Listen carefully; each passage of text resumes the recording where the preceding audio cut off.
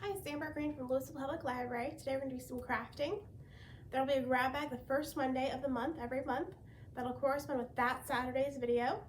If you could please leave us a comment in this video, we'd really appreciate it. It truly does help us. Just let us know how many people are watching at home and if you enjoyed the video. All right, let's do some crafting.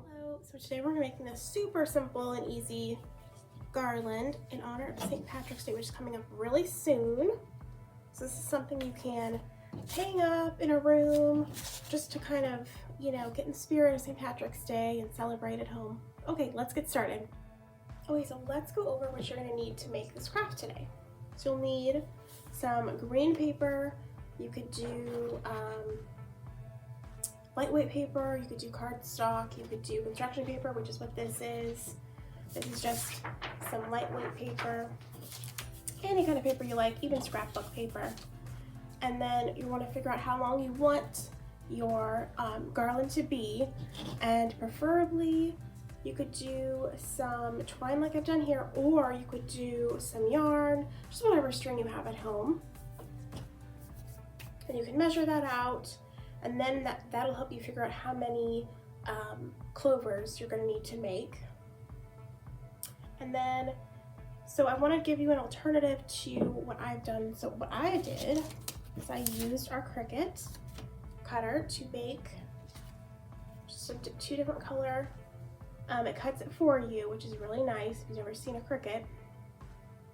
And so if you want to do this way, you can always come into the library, make an appointment in our makerspace, and ask to, be shown how to use the Cricut, and you want to make some clovers. Or alternatives are, you can print a clover off on the computer onto your colored paper and cut them out, or make your own. So you just draw a heart onto your paper, then you cut it out. Then you will follow your little template here. So you'll just trace your hearts.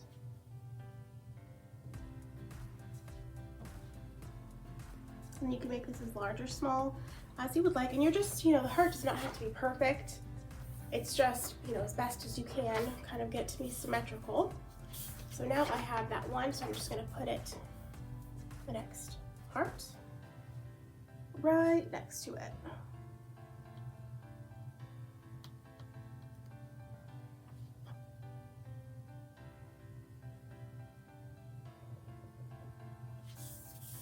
So our clover is starting to form there.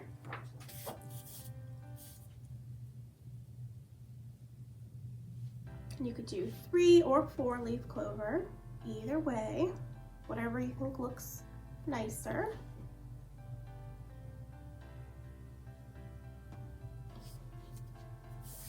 There we go, there's a 3.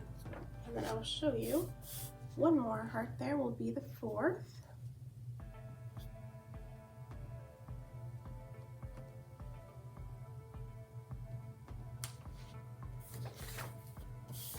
There we go, and then you want to draw a little stem on it, you can.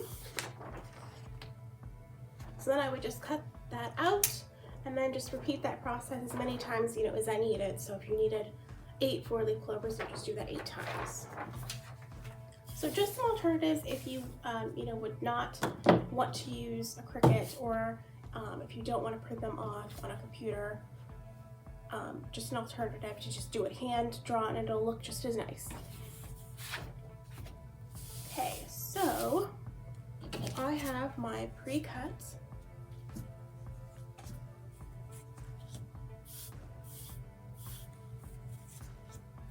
Now you will need either a hole punch, or if you don't have a hole punch, you can make the holes yourself with scissors or like a pencil. You just need to be able to make holes into the sides so you can string your twine or string or yarn, whatever you have. I like to alternate, so I'm going to lay these out.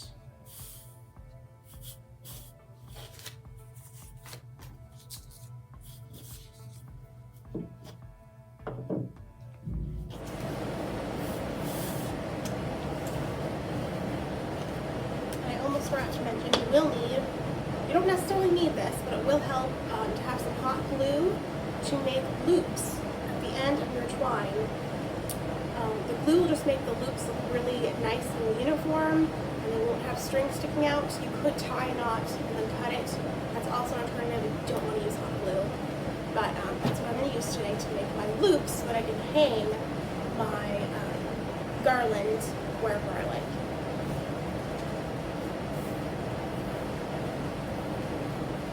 So I am just setting out, kind of just getting an idea of how many I want on my garland. And again, if you want to do this beforehand, kind of measure out your string and then figure out before you actually do all the cutting. But I have quite a bit here, so I can make either a really, really long one, or I can make maybe, I would say 2 out of what I have left. Let's do one more. So let's see, I've got 2, 4, 6, 8, 10. So we'll stop at 10. So I'm at 10 if you want to do around that. We'll make a fairly large piece. You'll take your string and lay that out in front of it.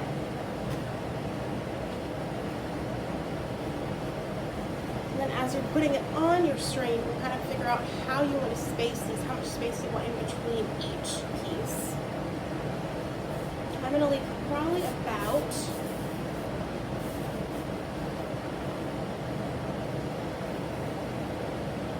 3 inches or so in between each piece, each clover. Alright, so I'll be right back and we'll finish.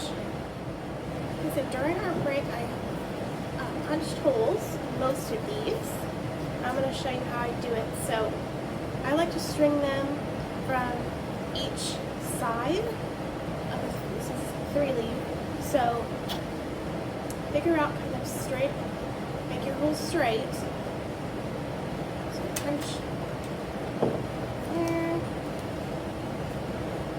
and then you want the hole to be kind of straight along with this one.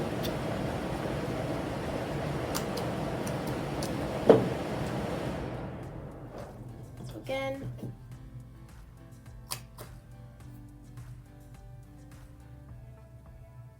to be perfect, but you want them to be pretty much in line with each other.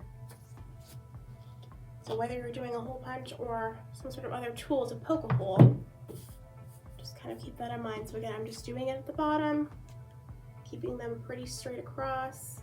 Then you want to leave a little bit of room there.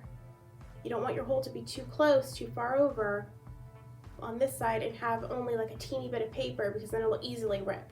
So you want to have a good, like, you know, a little less than ½ an inch or more, so that it doesn't just rip off. But if you're doing a really thick cardstock, that won't be as much of an issue. This is lightweight paper, and then this is also kind of that lightweight paper. So I'm going to begin on this side. So we're going to string through. So I kind of pulled it like that, like a butterfly, so that I can easily put my twine through those holes. So it'll look like this. So that's the back. That's what the front looks like. So you're really only seeing the string poke out of each hole. And then behind it is where you really see most of the string. So I like the way that that looks, preferably. So just wind this carefully down.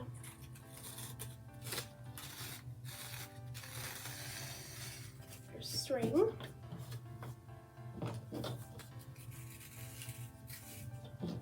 Now it's at the end there. And then repeat the process until you have put on all of your clovers. So then the next one, you're just poking it through, and then winding it all the way to the end, and then this is where you can kind of figure out how big of a gap you want.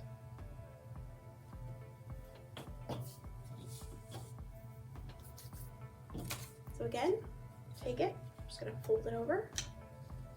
Looks kind of like a butterfly.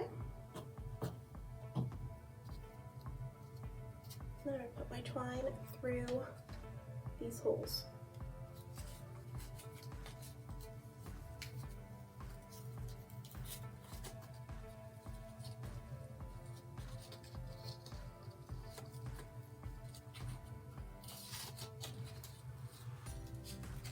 Just carefully pull that through.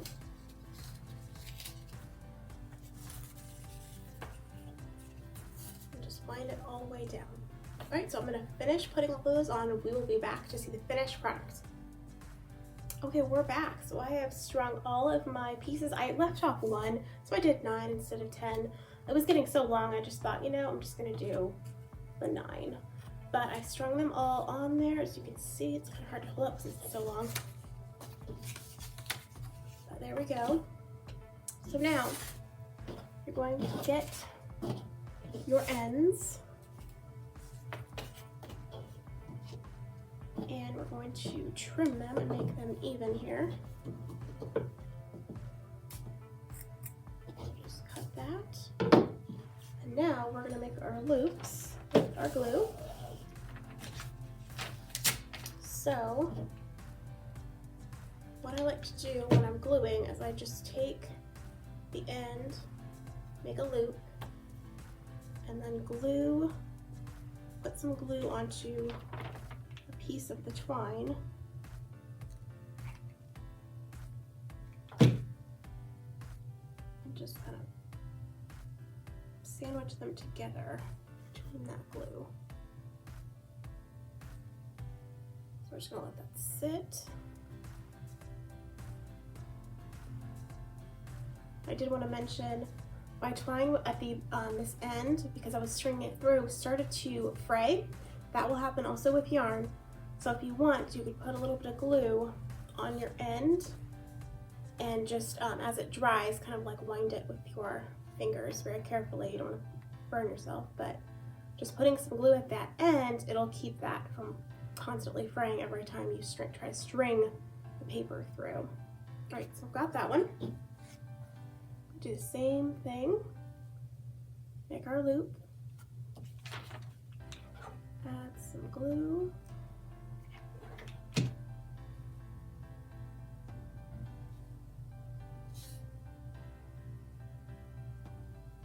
and then hold it.